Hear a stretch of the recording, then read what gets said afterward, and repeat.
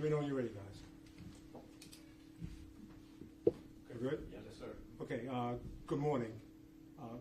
You're all here today for a second press conference about the explosion that took place on Wednesday at 600 Heron Drive. I have with me this morning Chief Halter with the Gloucester County Office of Emergency Management, Will Pine, Business Administrator, Chief Flatley, Logan Township PD, Chief Oatman with Logan Township Fire Department, Lieutenant Hodge for Logan Township PD, Council members Shalima Lowry, Chris Morris, Bernadine Jackson are here this morning as well.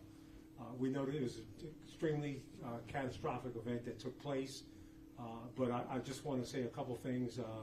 Our thoughts and prayers go out this morning to all of the people who were injured with this terrible explosion.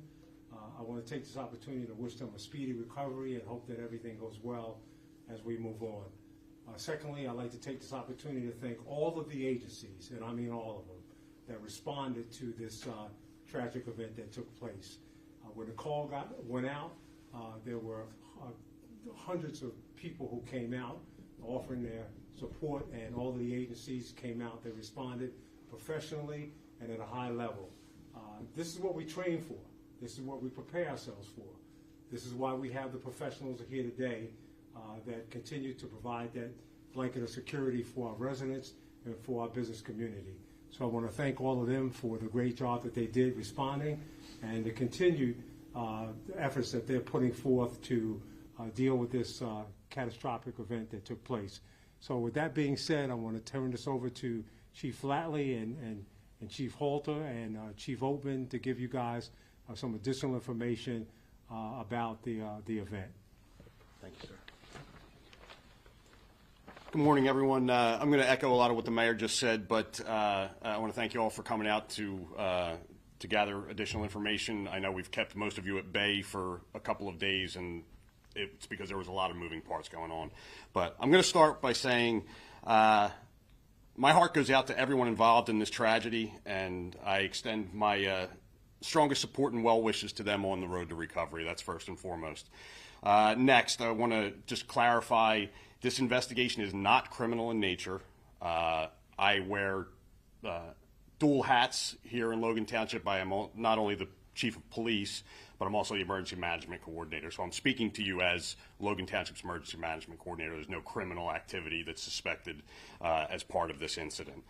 As the mayor said, I need to commend everyone who's been engaged in this incident, from the initial responding officers, firefighters, EMTs, and paramedics, to the hazardous materials teams, Gloucester County Prosecutor's Office for their initial assistance in the first few hours after the incident took place, to the ongoing efforts of the U.S. Bureau of Alcohol, Tobacco, Firearms, and Explosives, and a host of other agencies in between there. Their work has been professional and exemplary. Everyone was goal-driven and focused on the safety of the individuals injured and involved. They also immediately engaged in mitigating additional casualties and property damage. So with that, my prepared statement is, as you're all aware, there was an industrial accident and explosion at Savita Naturals 617 Heron Drive, Logan Township, New Jersey at 2:36 on Wednesday, March 4th. The cause of that explosion remains under investigation. Last night, crews were able to seal off the flow of propane, and the fire has been extinguished. I'll defer to Chiefs Oatman and Halter to answer any additional questions on that specific portion of it. Air quality monitoring is also continuing, and 0 hazardous materials have been detected. There was a shelter-in-place order issued at 2:50 Wednesday afternoon, strictly as a precautionary measure, and it was lifted shortly before 5 p.m. We've received many questions as to the rationale behind that, and again, it was strictly precautionary in nature. In the event there were hazardous materials, but there were no hazardous materials that we know to be released. As for the injured, 4 employees of Savita Naturals were transported via ambulance to area trauma and burn centers. As of last night, 3 of them remained in critical condition and 1 is in stable condition. 1 employee from a neighboring business was also transported by ambulance to an emergency room and was treated and released. 3 additional employees of Savita Naturals transported themselves to the hospital, and we do not have any updates or information as to their injuries or condition. There have been several reports of property damage to buildings as far as a mile away, and we continue to get calls related to that as recent as 10 minutes ago when we were prepping to come in here to speak to you. The 2 adjacent businesses have been deemed uninhabitable and will not be able to resume operations until they have had repairs done to their facility. I apologize. I need to go back. I missed one portion of my statement as to the injured. I want to ensure that everyone knows our thoughts and prayers continue to go out to those that were injured and their families, because this is going to be a long road for them. We're aware, and that's the highest priority.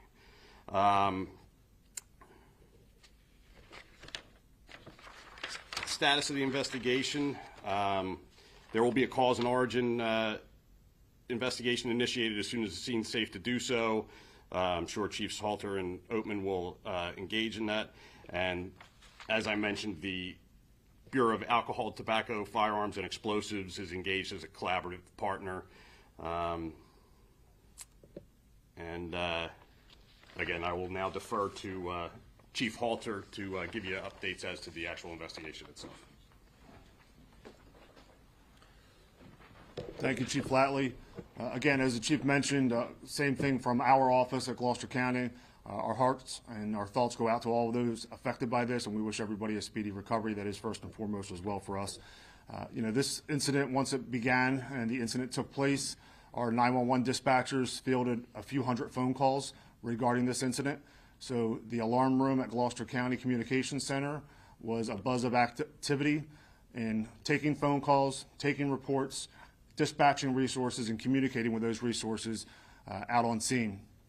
So we do thank all of those dispatchers involved that helped us get key information, key details, and communicate accordingly out there.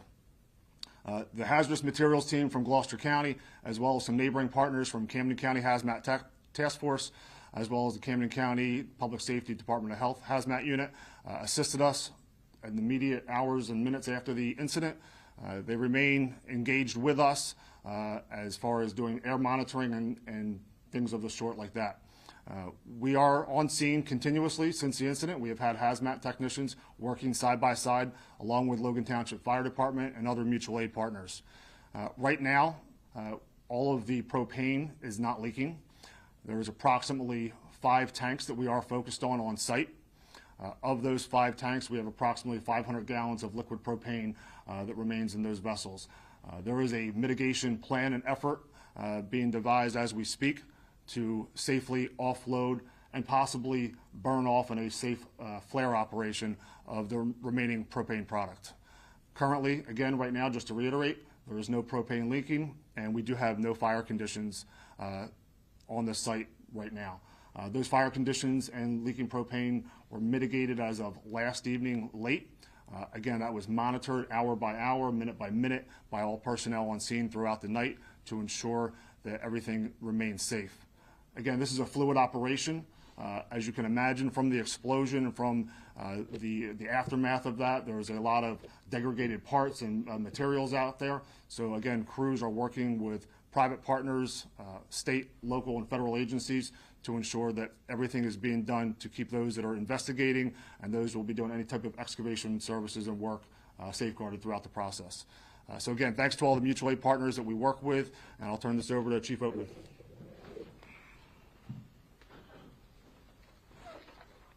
Good morning, everyone. Again, my thoughts and prayers go out to everyone who's been affected by this. I just wanted to clear up a couple of misinformations that have been out there. There was a lot of information saying that this was a CBD facility. They do produce cocoa as well as CBD, but CBD has not been produced on that site or extracted since 2023. As far as their process, they do extraction of the cocoa right now. They use propane, they use ethanol, in a pressure, and it's a very cold process. And that propane is recycled. It's a non-odorized propane. It goes back into a system. Some of the issues we're having is we were thinking that we could offload that propane, but it's dirty propane, which is considered because it's been through the process. So we're trying to figure out a way, like Andrew said, to get rid of that at this time. The building did exactly what it was supposed to do. The building was pretty much built as a Class 1 Div 1 building. That building was meant to, they had blowout panels on the back wall. Those panels blew out, right? So if it wasn't for the type of construction they had there might have been more injuries.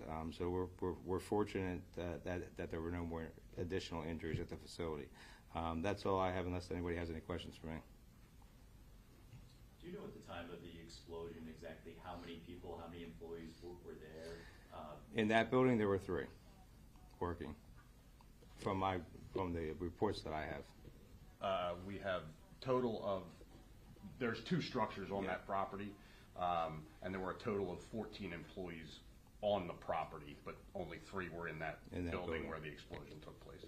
So. Because 4 were taken to the hospital in critical condition. Correct. Yes. So one of them was in that other building. That's what we believe. Yeah. Can you talk more about the propane?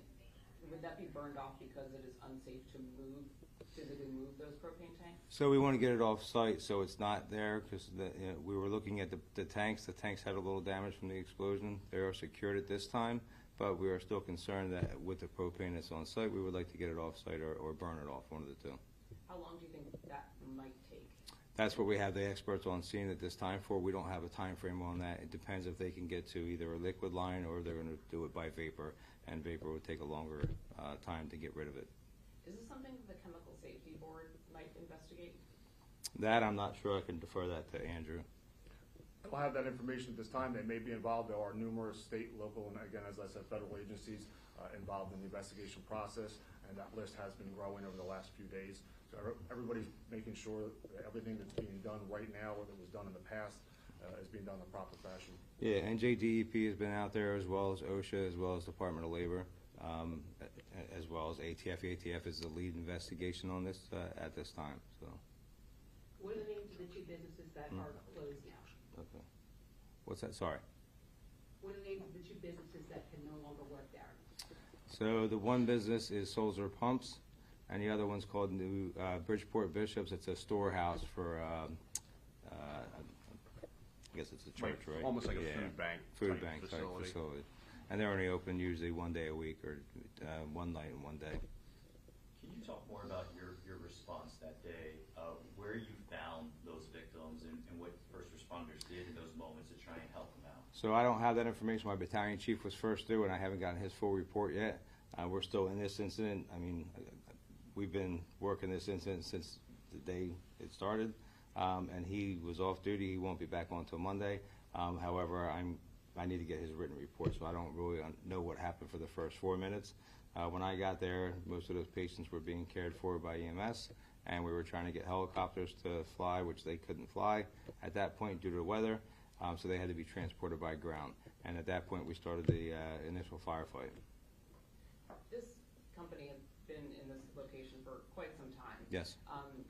As part of the investigation, were there any previous violations or any concerns with the company or with the building that will be looked at here?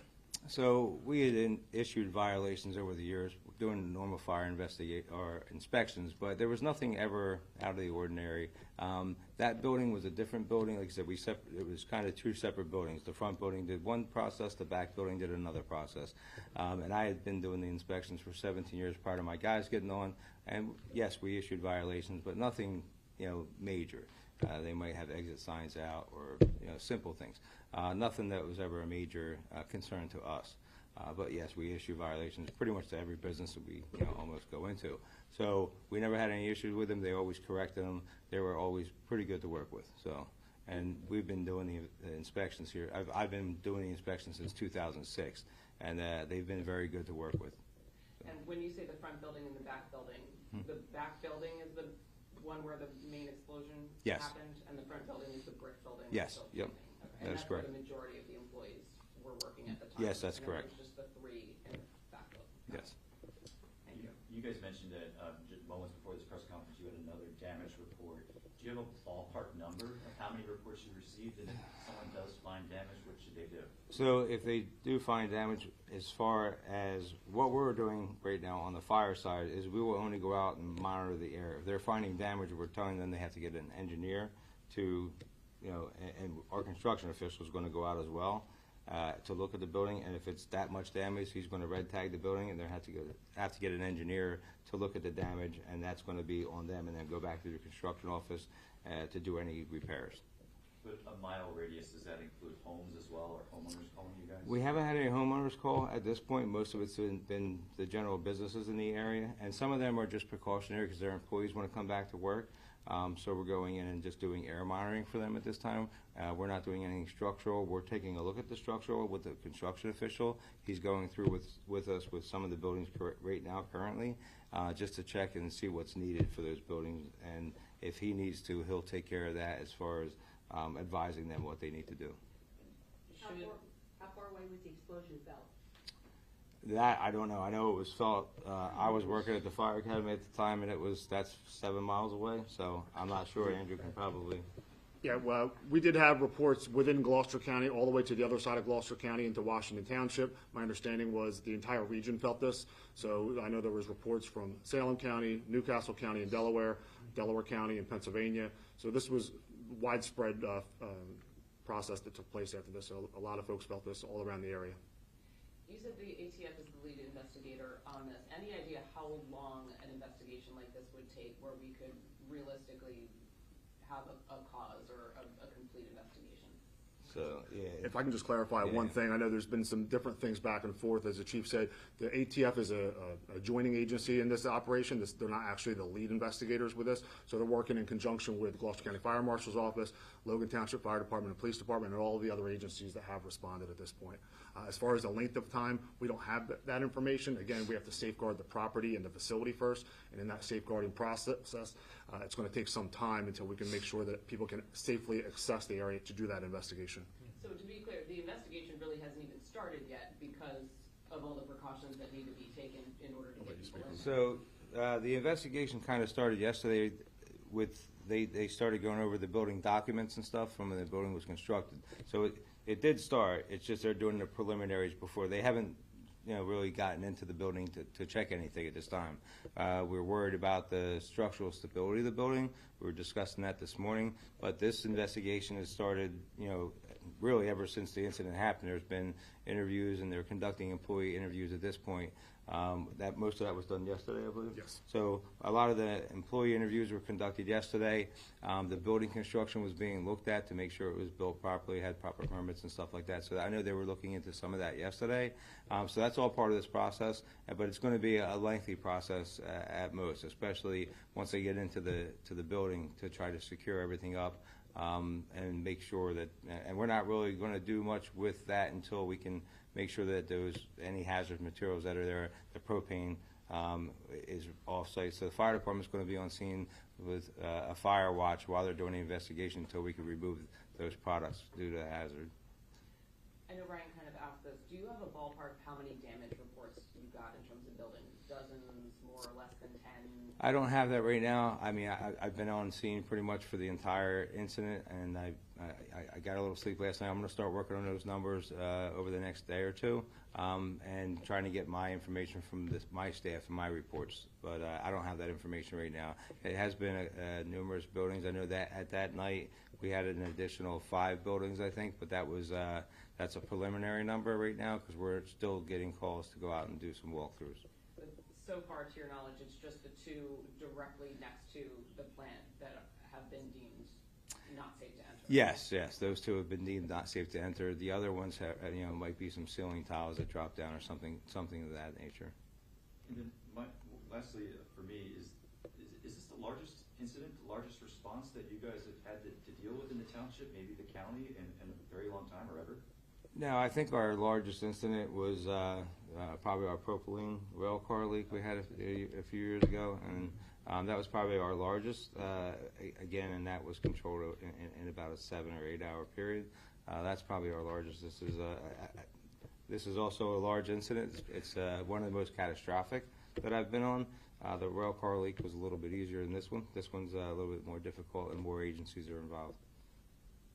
Can you talk about exactly kind of what blew? Was it just one tank, and like what are the conditions of the other tanks? So, I'll make it clear, we don't really know exactly what blew. I know there was a lot of discussion about it was a propane tank explosion. We don't believe that's the case. We believe it was the process that was happening in the building, which is what caused it. Again, that's all preliminary, but we had 4 propane tanks that were feeding the fire that we were, trying, we did not want to put that out because we didn't want the raw propane in the air, then we wouldn't be able to find it. If it was burning off, that's what we wanted. So at this time, that's all going to be under investigation, but it was not one of those tanks that just exploded, right? The one of the 4 tanks that we have outside. I'm not sure what happened in the building. That's why the investigators are going to do the investigation. So. How could it be that these people were in this facility and it explodes the way it does, and it's not more catastrophic than it is? I believe it's built, so these buildings are built specifically for these uses, right? So this building, and I said it's a Class 1 Div 1 building. It's meant to handle this type of product, and it has those blowout panels so the concussion's not as bad. Again, these are built to handle an explosion. And the building kind of did what it was supposed to do. I believe those gentlemen that were in that building were very lucky. But at this point, they're hopefully going to recover and have a full recovery. But I believe the building, the way it was built, was able to handle that incident. It really made our job a little bit easier the way that building came apart. It did what it was exactly what it was supposed to do, in my eyes, from the construction side. And we have a lot of buildings in town that have a similar type of construction because we do a lot of processing down here.